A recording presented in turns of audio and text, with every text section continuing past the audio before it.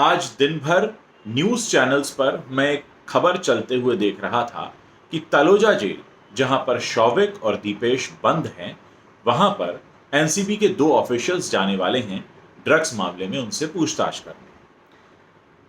एक तरफ ये भी देखने में आया है कि जितने भी ड्रग पेडलर्स पकड़े गए हैं उन्होंने बड़े स्ट्रांग लिंक्स बताए हैं शौविक से। हर कोई ज्यादातर शौविक का नाम ले रहा है।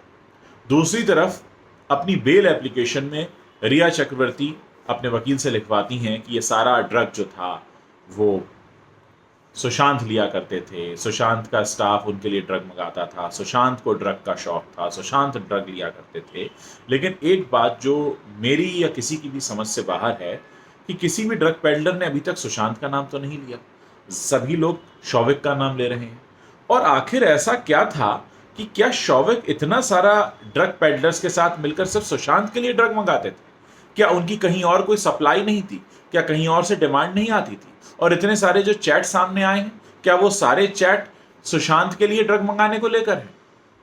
अपने आप आपको सारा माजरा समझ में आ जाएगा कि लॉकडाउन के दौरान भी रिया चक्रवर्ती ड्रग्स मंगा रही हैं, सुशांत के घर पर ड्रग्स आ रहे हैं और ऐसे टाइम पर आ रहे हैं जबकि आमतौर पर आवागमन ठप है, आना जाना नहीं चल रहा है। ऐसे में भी इंटरनेशनल स्टैंडर्ड का, इंटरनेशनल लिंक्स के थ्रू आ रहा है ड्रग। और ये सारे के सारे इस बात को साबित करने में तुले हैं कि ड्रग तो सिर्फ सुशांत लेते थे।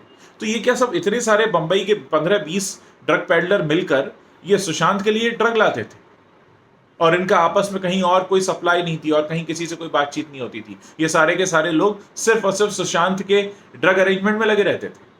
देखिए, अगर आप अपनी सोच समझ से समझेंगे इस बात को तो सारा मामला खुद ही समझ में आ जाएगा कि असल में सुशांत के घर का, सुशांत के पैसे का इस्तेमाल किया जा रहा था।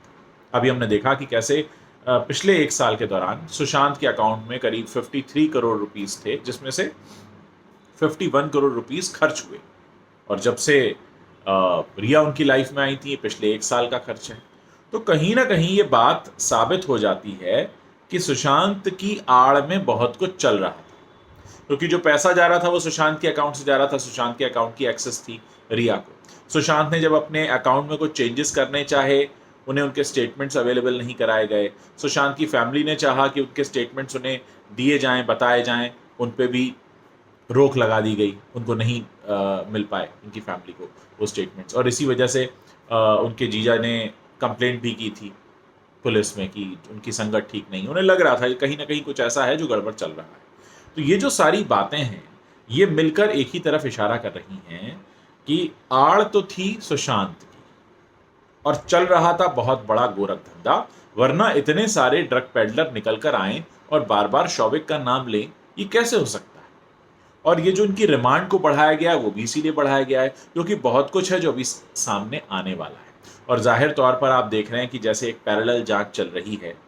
मैंने आपको पिछले वीडियो में बताया था 15/2020, जिसमें करण जौहर के वीडियो के हिसाब से जांच पड़ताल हो रही है। तो हो सकता है बहुत से नाम कॉमन भी निकल कर सामने आए।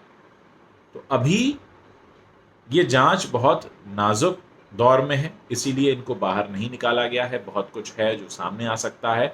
और अभी तक जिस तरह से मैं इस केस को देख रहा हूं और समझ पाया हूं कि इतने सारे पेडलर्स का शौविक का नाम लेना कहीं ना कहीं इस बात को साबित करता है कि मामला कुछ बहुत बड़ा था जो अभी भी निकलकर पूरी तरह से सामने नहीं आ पाया है। और एनसीबी को थोड़ा और वक्त लगेगा, कुछ और पूछताछ के दौर चलेंगे इन लोगों के साथ में, तब निकलकर पूरी बात आएगी कि ये कहाँ से कहाँ तक इनके पूरे लिंक्स जुड़े हुए हैं और कहाँ कहाँ इनकी सप्लाई जाती थी, कहाँ से पैसा आता था, ये पूरा सिंडिकेट असल में काम कैसे कर रहा था।